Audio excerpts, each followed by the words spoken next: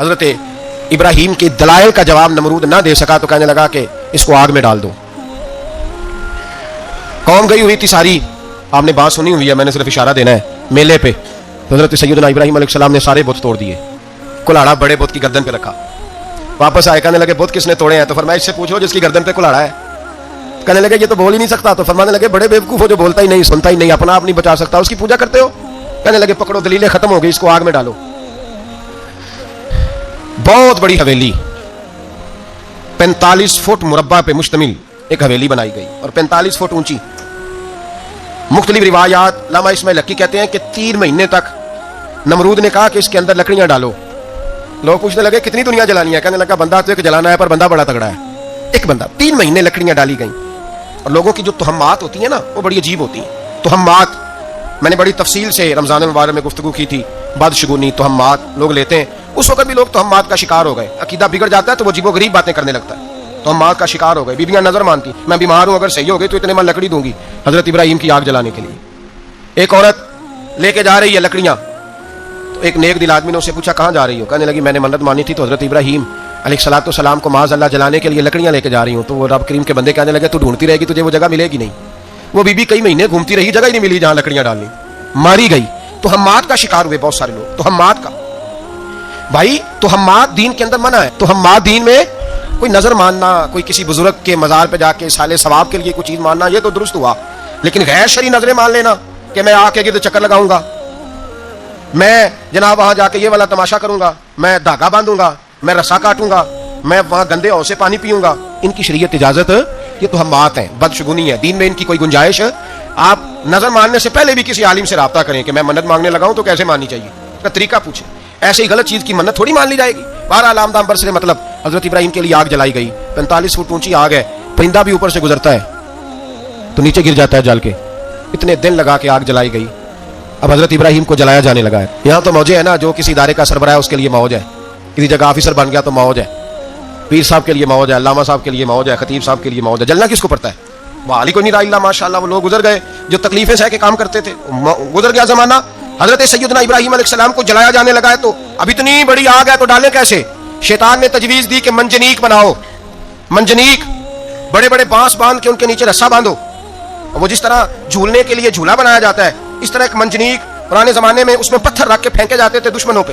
وہ منجنیق بنائی گئی کہ دور سے حضرت ابراہیم کو پھینکیں گے. ہاتھ حضرت ابراہیم کے باندھ دیے, پاؤں مبارک باندھ دیے, پوری زمین پہ ایک نام لینے والا خدا کا. اور اس کو آج رسیوں میں جکڑا ہوا ہے.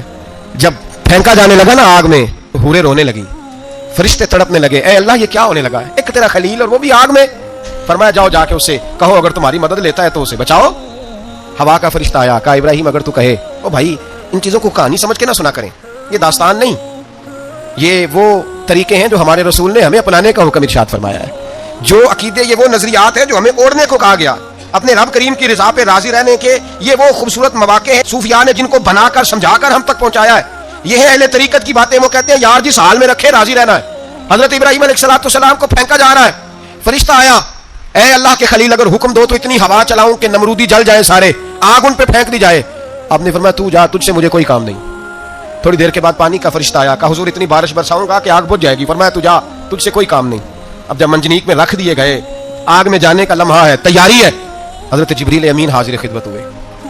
کہا ابراہیم کوئی حاجت؟ فرمایا تجھ سے کوئی نہیں. کہا چلو مجھ سے نہیں تو رب کریم سے ہی بات کر لو, مجھے پتا ہے میں چھوٹا ہوں, آپ مجھ سے مدد کیوں لوگے, رب کریم سے ہی بات کر لیں. تو حضرت ابراہیم کہنے لگے جبریل یہ بتا, رب کو نہیں پتا اس کا خلیل کس حال میں ہے؟ اسے نہیں پتا میں کس حال میں ہوں, میرے ہاتھ بندے ہیں, پیر بندے ہیں آگ میں, اسے نہیں پتا. بتایا تو اسے جاتا ہے جسے خبر نہ ہو. تو اگر اسے پتا ہے, اگر وہ جلانے پہ راضی ہے تو میں بھی جلنے کو تیار ہوں, میں تیار ہوں, میں تیار ہوں. اسے کہو ٹھیک ہے. حضرت سیدنا ابراہیم علیہ السلام کو منجنیق میں ڈال کے جو پھینکا آگ میں, یا نار کونی بردم و سلام علی ابراہیم, اللہ نے فرمایا اے آگ میرے ابراہیم پہ ٹھنڈی بھی ہو جا اور سلامتی والی بھی ہو جا. حضرت ابراہیم کو 2 فرشتوں نے بٹھا دیا زمین پہ, پھول کھلے ہیں, پونپلیں مہک رہی ہیں, کلیاں خوشبو دے رہی ہیں. حضرت ابراہیم نے سر سجدے میں رکھ دیا, سبحان اللہ والحمد للہ ولا الہ الا اللہ واللہ اکبر. حضرت ابراہیم اللہ کی تسبیح پڑھنے لگے, رب کریم کا شکر بجا لانے لگے. نکلے وہاں سے, کچھ دن گزر گئے, نکلے, حکم ہو گیا ابراہیم علاقہ چھوڑ دو. حضرت ابراہیم علیہ السلام وہاں سے نکل کے مصر آئے, چچا کے پاس ٹھہرے. انہوں نے اپنی بیٹی جناب سارہ کا نکاح کر دیا. کچھ آگے بڑھے تو ایک ظالم بادشاہ سے ٹکرائے. اس نے ایک شہزادی, ایک بادشاہ کی بیٹی قید کی ہوئی تھی, جناب ہاجرہ نام تھا. ان کو قید سے چھڑا کے ساتھ لایا، حضرت لوط علیہ السلام بھی ساتھ، یہ 4 لوگوں کا قافلہ چلا، فلسطین میں جا کے پڑاؤ ڈالا، گھر بار چھوڑا، تبلیغ شروع ہوئی۔ حضرت ابراہیم کے گھر میں 2 خواتین ہیں، ایک آپ کی بیوی ہیں، ایک حضرت ہاجرہ ہے، اولاد کوئی نہیں، بڑا میوہ میٹھا، گھر وہی آباد ہوتا ہے جس میں بچے روتے ہیں، گھر ہوتا ہی وہ ہے جس میں بچوں کی چنچناہٹ ہوتی ہے، بھن بھناہٹ ہوتی ہے۔ حضرت ابراہیم نے ایک بچہ روتے ہوئے دیکھا تو آنکھوں میں آنسو آئے، کہنے لگے ربی حب لی من الصالحین، یا اللہ مجھے بھی نیک اولاد عطا کر دے۔ حضرت سارہ نے سن لیا، کہنے لگی ابراہیم شاید میرے بطن سے تو آپ کو نصیب نہیں، ہاجرہ سے نکاح کر لو۔ جناب ہاجرہ سے نکاح ہوا، اللہ تو بڑا بے نیاز ہے، رب کریم نے حضرت اسماعیل جیسا خوبصورت بیٹا عطا فرمایا۔ بیٹا کالا سیاہ بھی ہو تو سینے کی ٹھنڈک ہوتا ہے، پر یہ تو وہ بیٹا ہے جس کی پیشانی میں نور محمدی چمکتا ہے صلی اللہ علیہ وسلم۔ حضرت سیدنا اسماعیل اتنے خوبصورت، اب جس بیوی کے یہاں بیٹا تھا، بیٹھنا اٹھنا بھی زیادہ اس کے پاس، آنا جانا بھی اس کے پاس، توجہ ادھر ہو گئی۔ جناب سارہ رشک کرنے لگی، ایک دن کہنے لگی اسے چھوڑ آ جنگل میں، وادی غیر ذی زرع مکے کے پاس، بھائی ایک بیٹا عالم دین بنا لو۔ کہنے لگا روٹی کہاں سے کھائے گا؟